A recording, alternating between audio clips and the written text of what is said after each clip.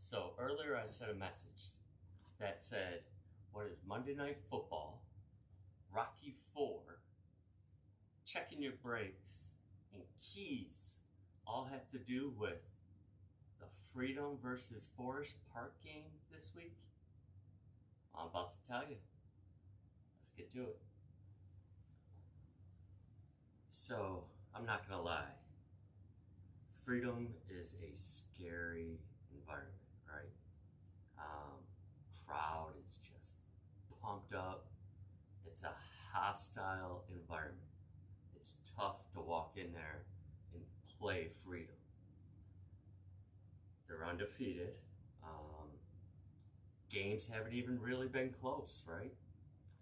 They have beasts everywhere. Everywhere. So when people, ask, who do you have on your schedule this week? Or, who you guys play? And you say, we played Freedom this week. Almost every time the reaction is very, very similar. And it goes something kind of like this. You know what everybody says? It's suicide! You've seen him, you know how strong he is. You can't win!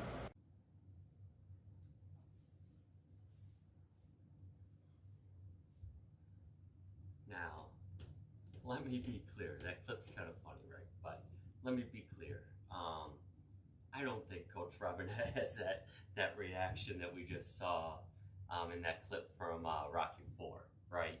I do think that, his reaction is more, how Rocky ends up responding immediately afterwards. I think that's more of his,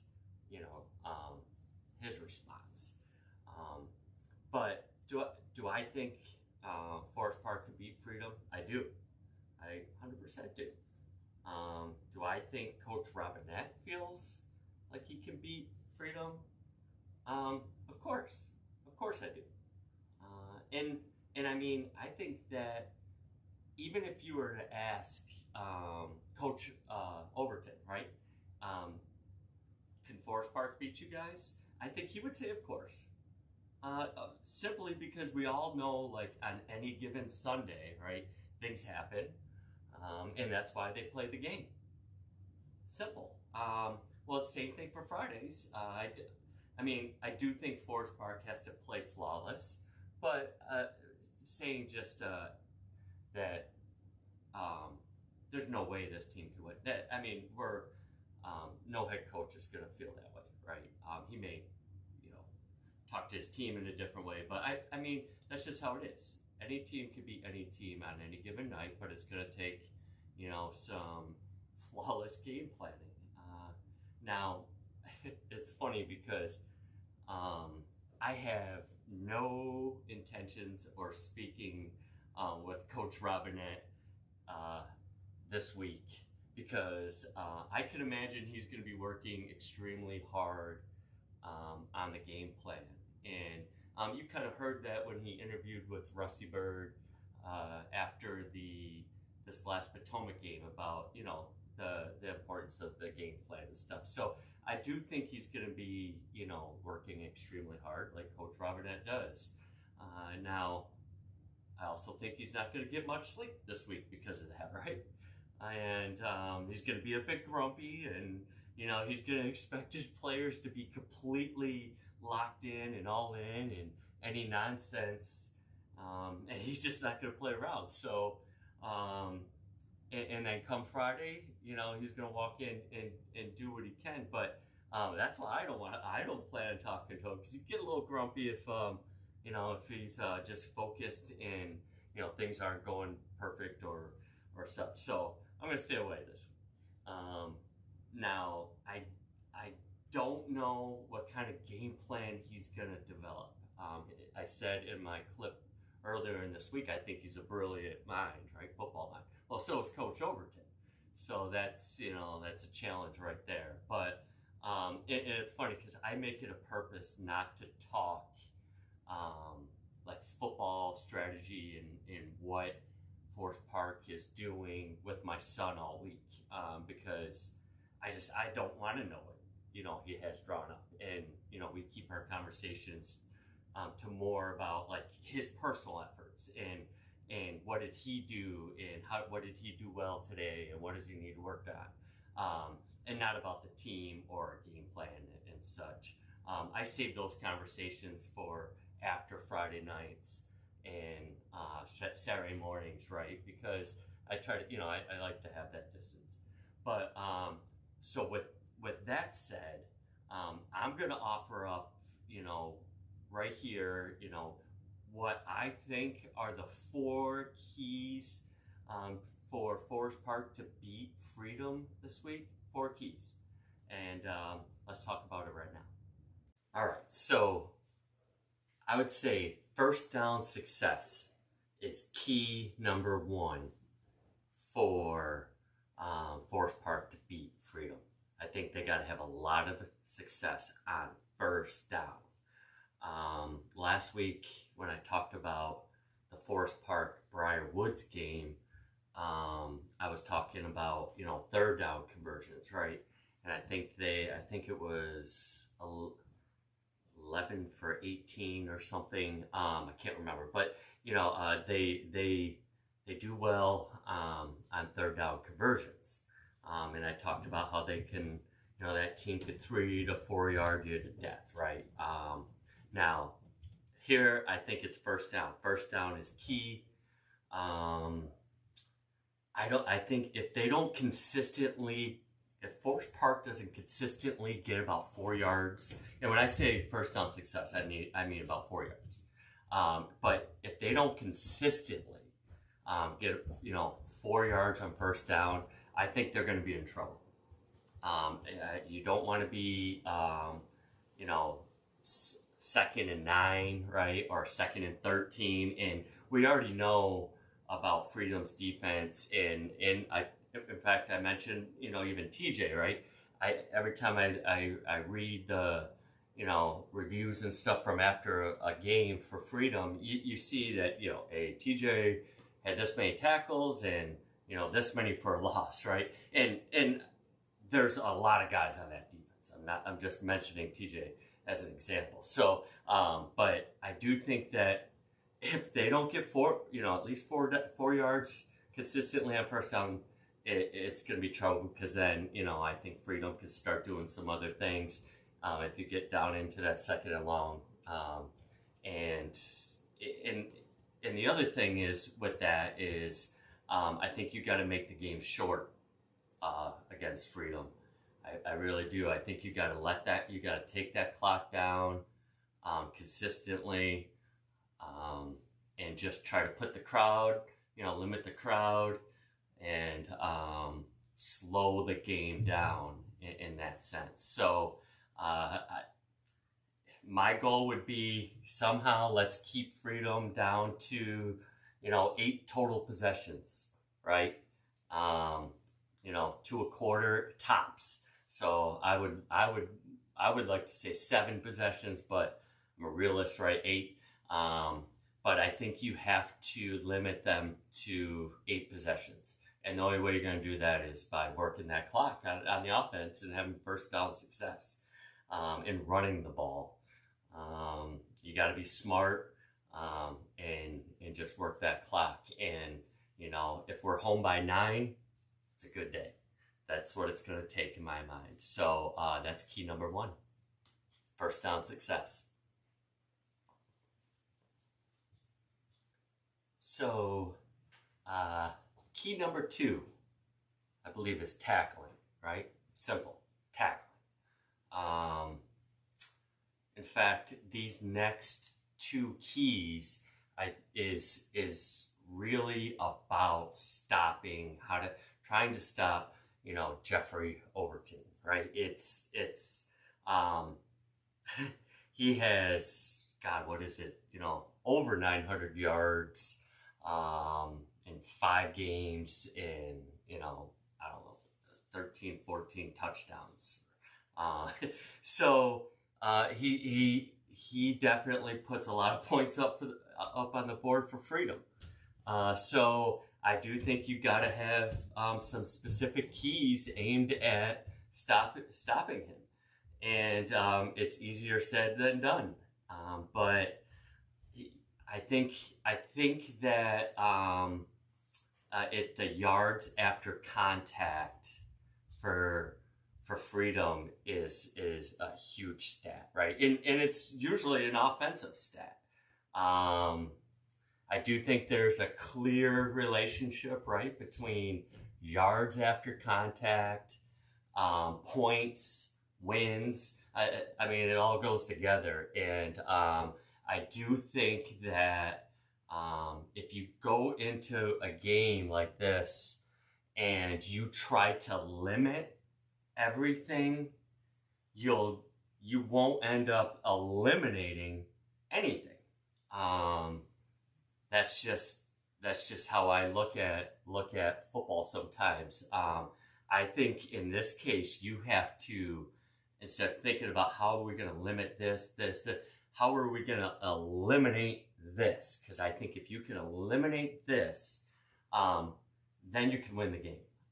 So that's the way I would be kind of attacking this situation. I think it's a key, and I do think that it all comes down to, the tackling, because if you look at these guys, especially Jeffrey Overton, right? He's hurdling over guys, right? He's running past guys. He's lowering a shoulder, bouncing off one, bouncing off another, and he's gone. I mean, he's a great athlete. So of course, that's going to happen. But I think if Forest Park can eliminate that, that yard after contact and tackle well, extremely well, I think that is key. Key number 2.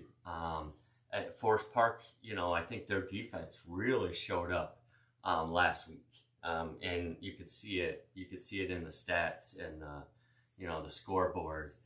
So I'm hoping Forest Park would come with that same defensive intensity, and I do hope that they have that focus on not only tackling but swarming. I think you really got to swarm.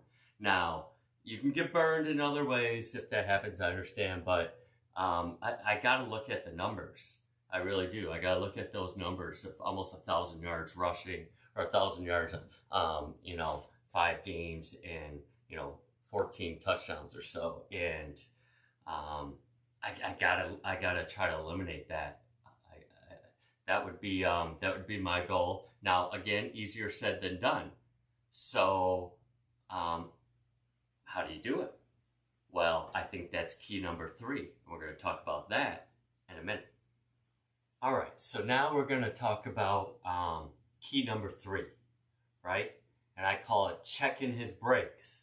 We all know Jeffrey Overton can, run for days. But I think we got to check his brakes. And what I mean by that is you have to make him stop moving his feet in the backfield, right?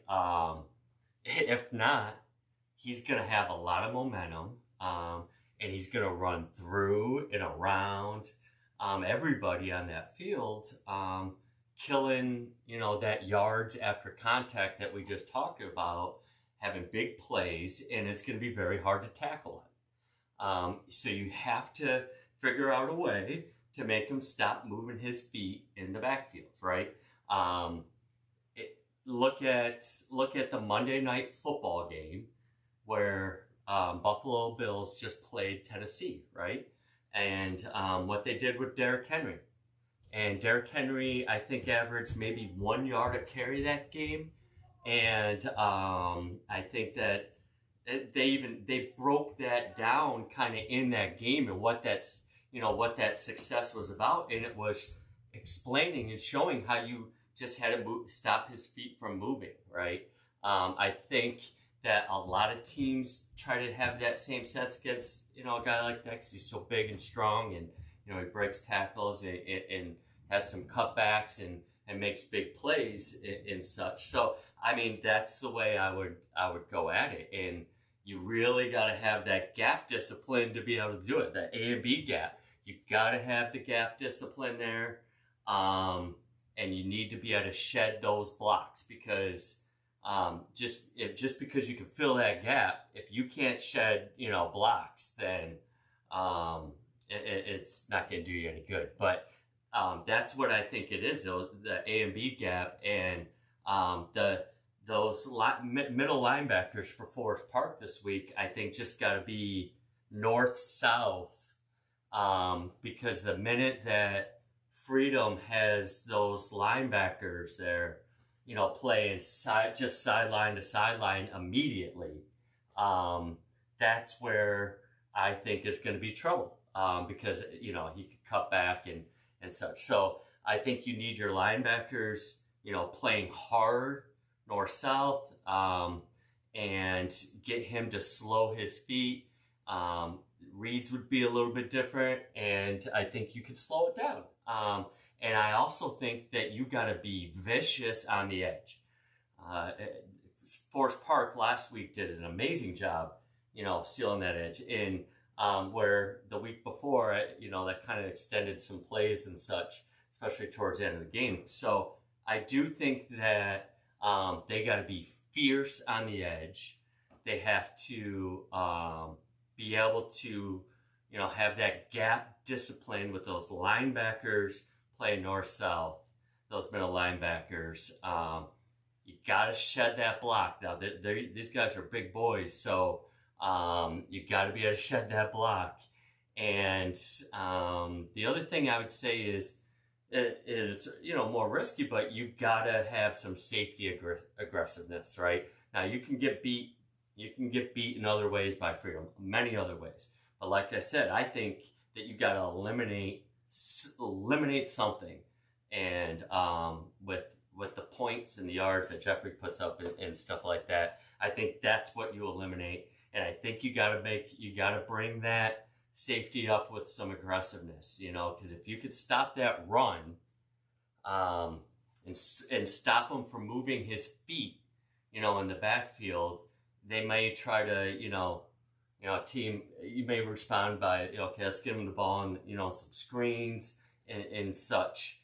And I think that's where the safety coming up and making those hits like that, I think that's going to be the other key to slowing him down and checking his brakes. And like I said, I understand that it could open up other things. You got to pick and choose it when you have a lot of weapons like that. But I do think that this is key number 3 for Forest Park to beat Freedom. Now, can they do it? We're going to see. But there's another key. We're going to talk about that next. All right, so this is the last key, and it's called exposing him, right? Freedom has a lot of guys on defense that can hurt you. They're all very talented. So I would say you have to really watch like Coach Robert and team probably does, just watch a lot of film there and see what that weakness is.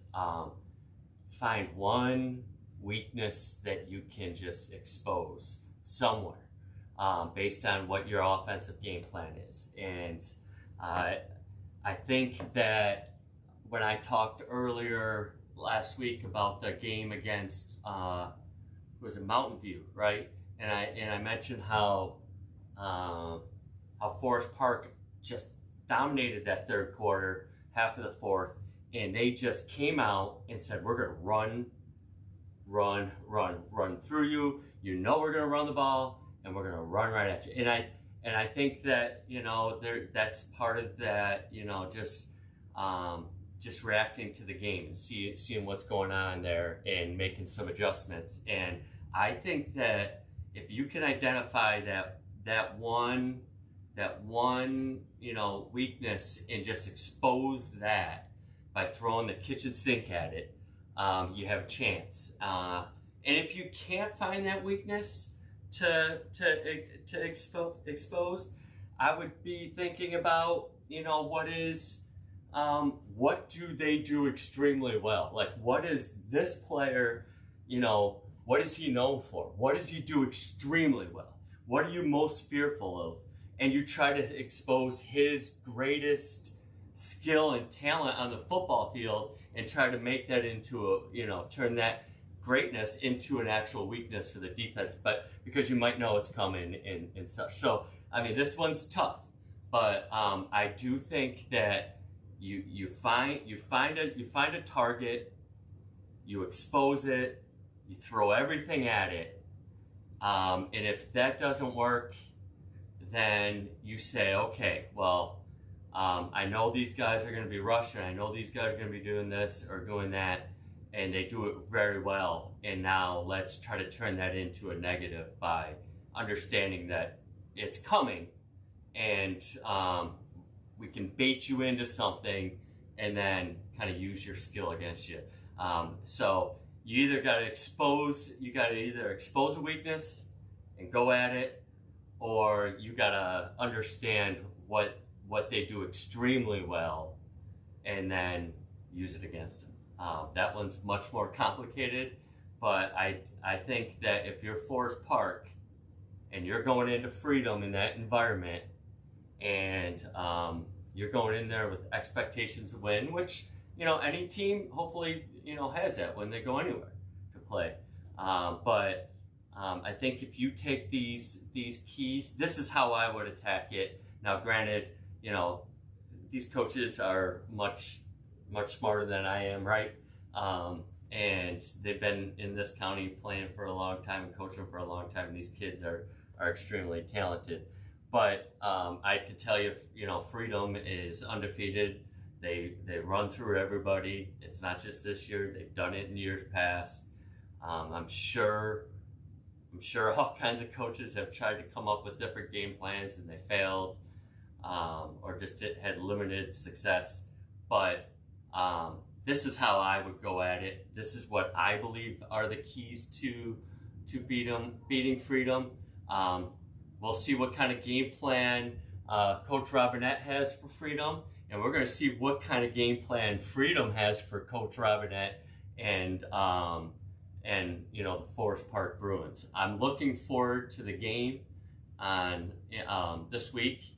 I haven't seen, like I said, I haven't seen Freedom, in person yet this year. I'm excited to watch them. They have a lot of skilled players, big guys. I love the coaching, and it's just going to be a fun environment to be in.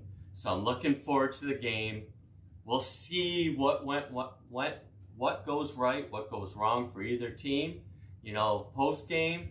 But I think this is going to be a fun week, and I think it could be a one possession game going into halftime if things get done right.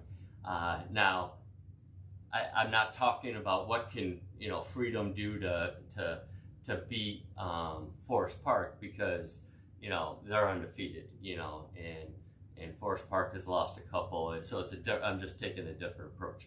So good luck to both teams. I'm going to see both on Friday, and it's going to be fun and exciting. So thanks for joining.